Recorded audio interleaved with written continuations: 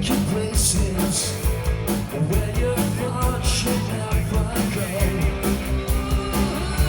She controls me. Strange Advance, a Canadian iconic band formed in 1982 in Vancouver, British Columbia, were nominated for a 1983 Juno Award as Most Promising Group of the Year and again in 1985 as Group of the Year. Their first two albums, 1982's Worlds Away and 1985's Two, were Canadian gold-selling records. And Strange Advance, some of the gang are here, Drew Arnott and Rob Bailey. And a new single, guys, and a new album, and they're touring.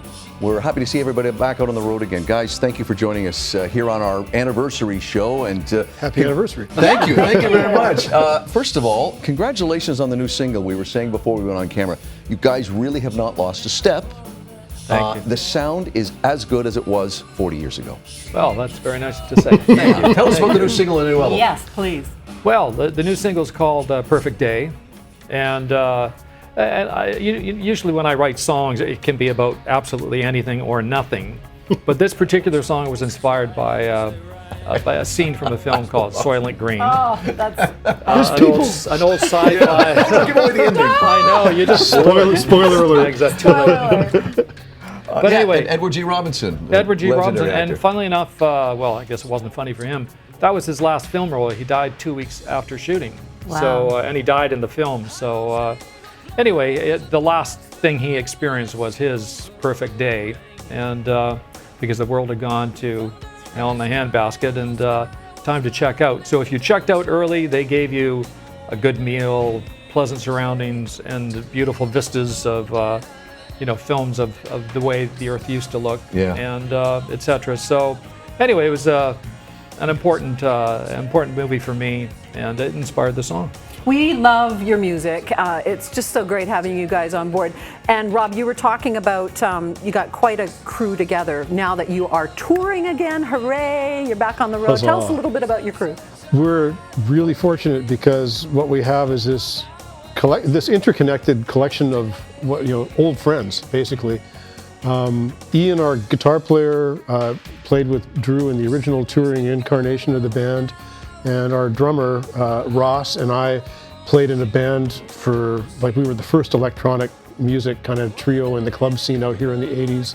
And then I played in another band with Ian, and done some session work with Alex, our bass player, who was in the Paolas, and it's unlike any other situation I've ever played. There's no politics. Everyone's just like, we're too old for that. Let's just have fun. And it's really been a real joy to get together and just play. Absolutely. Well, you sound incredible. They do, and we were saying earlier too. You all get older. Fun is different than the fun we had back the first time. Fun is legal now. Fun is legal now. That's right. Certain types of fun are legal. We always like to ask this, guys. Drew, we'll start with you. Your sound was so distinctive when you came out. Who was influencing you? Were you looking at groups like, maybe I'm off the market, but like Kraftwerk or Joy Division? Were those bands, or jumping with other ones that may have influenced you? Kraftwerk for sure. They were one of the first, sort of electronic, groups, and that made fantastic music without the technology that we enjoy now. But Daryl and I were totally into the UK scene, so. And of course, we played in bands in the 70s. We didn't just show up in the 80s. And so it was like we had a giant love for David Bowie, Genesis, T-Rex, Mott the Hoople, all those bands. And that's sort of where our musical, background, took us. But but apart from that, the 80s, my God, things exploded, and it was just, remarkable. New Order and Depeche Mode and all those types of groups, and also the instrumentation, determined a lot. I fell in love with an instrument called the Mellotron, which featured heavily in We Run and Worlds Away and all that kind of thing. So. And we were one of the first groups to, along with these guys, to get into synthesizers. And that opened up all new vistas for us. So Anything the fans can look forward to that's a little different at the shows? Well, yes. One thing, Yes. The answer is yes. The short answer is yes. But when we toured originally, I mean, it was an expensive proposition to tour, and of course you're totally dependent on the record company for financing things. And this time we're doing it on our own. But remarkably, we've got way more production now than we've ever had in the past. We've got like a visual artist working with us who's coming up with great content for projections and stuff. And we've got lasers. We have lasers, so we're very happy about that. Oh, fabulous. No, the visual artist guy that we got worked with Skinny Puppy and like toured all Europe with them and everything. Yeah. And he's fantastic. Yeah. And so we're really excited about the collaboration. It's going to be pretty exciting. And I'm sure when you look out in the audience, there's at least 2 generations there. At least, yeah. No, I get stories all the time. People who have turned their kids onto our music and probably their grandkids by now. But yeah, no, I hear that all the time. And of course, 80s music is so much more popular now than it's been for a long time.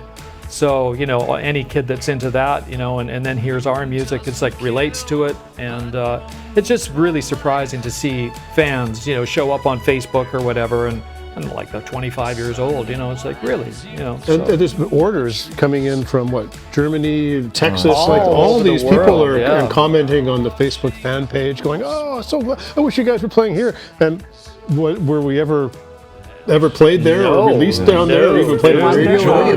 Social media can do some good. YouTube and everything. Yeah. Hey guys, congratulations on all this. It's been such a pleasure to have you join us, especially on this episode.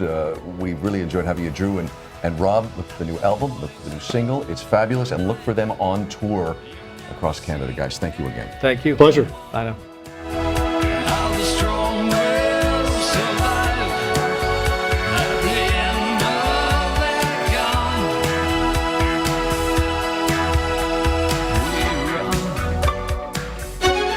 gun. This segment was sponsored by the Richmond Sentinel, providing news, entertainment, and human interest stories in print and online.